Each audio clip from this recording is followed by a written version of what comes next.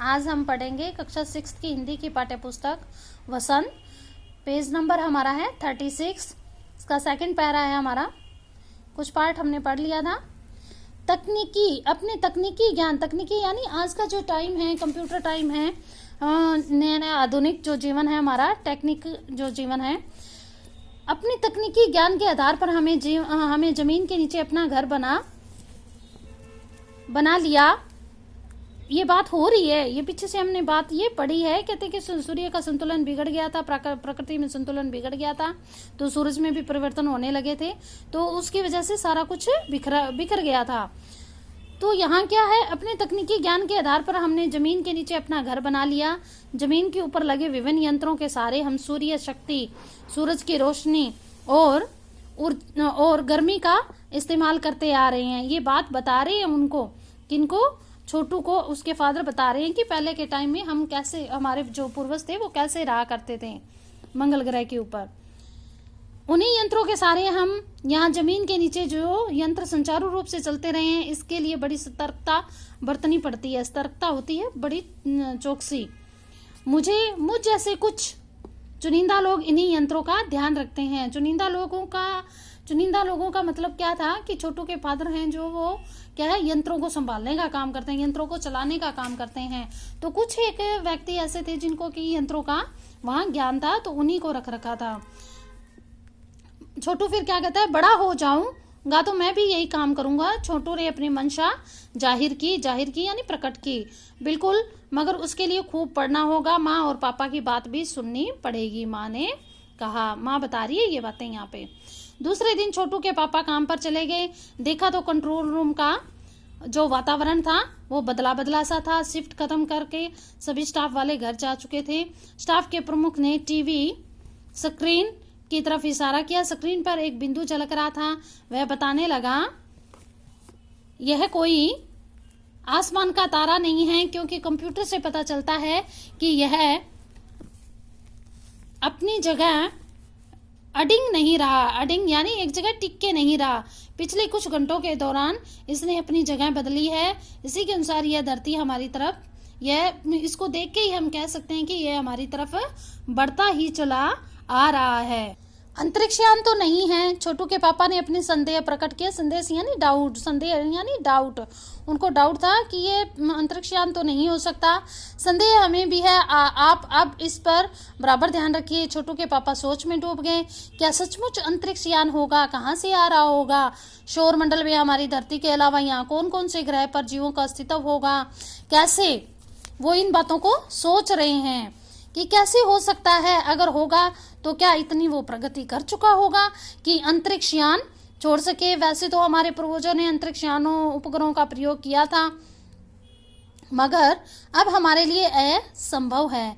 इसके लिए आवश्यक मात्रा में ऊर्जा हो तो काश इस नए मेहमान को नजदीक से देखा जा सकता। अगर वह इस तरफ आ रहा है तो ये संभव हो सकेगा, तो हम इसे देख सकेंगे। अब अंतरिक्षयान से एक यांत्रिक बाहर निकला। हर पल उसकी लंबाई नापी जा रही थी। लंबाई को जो बढ़ती जा रही थी अंतरिक्षयान की, जो वहां से जो कुछ आ रहा था उनके सामने, तो उसकी वो यांत्रिक हाथ जो बाहर निकला था उसकी लंबाई क्या है, बढ़ती जा रही थी। भी उसके हाथ तक पहुंच जाऊं। छोटू के पापा ने अवलोकन जारी रखा। अवलोकन होता है यानी चीज का निरीक्षण करना, उसकी जांच करते रहना। कॉलोनी की प्रबंध समिति की सभा बुलाई गई थी। अध्यक्ष भाषण दे रहे थे। हाल ही में मिली जानकारी से पता चलता है कि 2 अंतरिक्षयान हमारे मंगल ग्रह की तरफ चले आ रहे हैं। इनमें से एक अंतरिक्षयान हमारे इर्द गिर्द चक्कर काट रहा है। वहां उनको ये शक हो रहा है। कहते हैं कि एक मंगल ग्रह पर अंतरिक्षयान आ रहा है, वो हमारे आसपास ही चक्कर काट रहा है। कंप्यूटर के अनुसार देखें तो ये अंतरिक्षयान नजदीक किसी ग्रह से छोड़े गए हैं।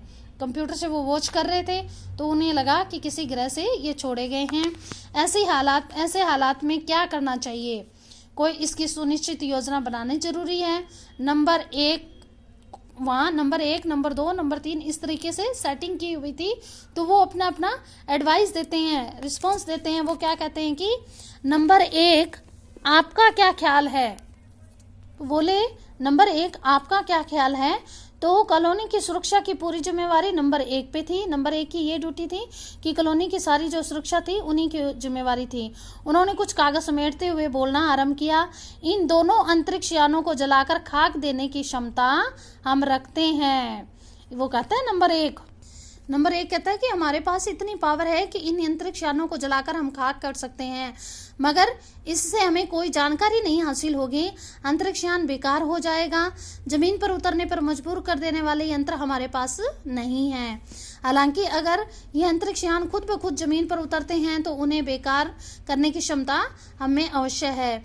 मेरी जानकारी के अनुसार इन अंतरिक्ष यानों में जो अंतरिक्ष यानों में जो सिर्फ किसी तरह से जीव इनमें सवार नहीं है। ये नंबर 1 का कहना है, किसी तरह के जीव इनमें सवार नहीं है। नंबर 1 की बात सही लगती है। नंबर 2 वैज्ञानिक फिर बोला, हालांकि वो बोलते हैं कि हालांकि यंत्रों को बेकार कर देने में भी खतरा है। इनके बेकार होते ही दूसरे ग्रह के लोग हैं जो हमारे बारे में जान जाएंगे। वो ये जान जाएंगे कि हम लोग कैसे रह रहे हैं, हमारे पास क्या क्या उपकरण है, वो हमारे बारे में सारी जानकारी जान जाएंगे। इसलिए मेरी राय है कि सिर्फ हमें अवलोकन करते ही रहना चाहिए। जहाँ तक हो हमें अपने अस्तित्व को छिपाए रखना चाहिए, क्योंकि जिन लोगों ने अंतरिक्ष यान भेजे हैं वे कल इनसे भी बड़े सूक्ष्म अंतरिक्ष यान भी भेज सकते हैं। हमारे यहाँ तक चैप्टर है। नमस्कार, बाकी आगे पढ़ेंगे। धन्यवाद।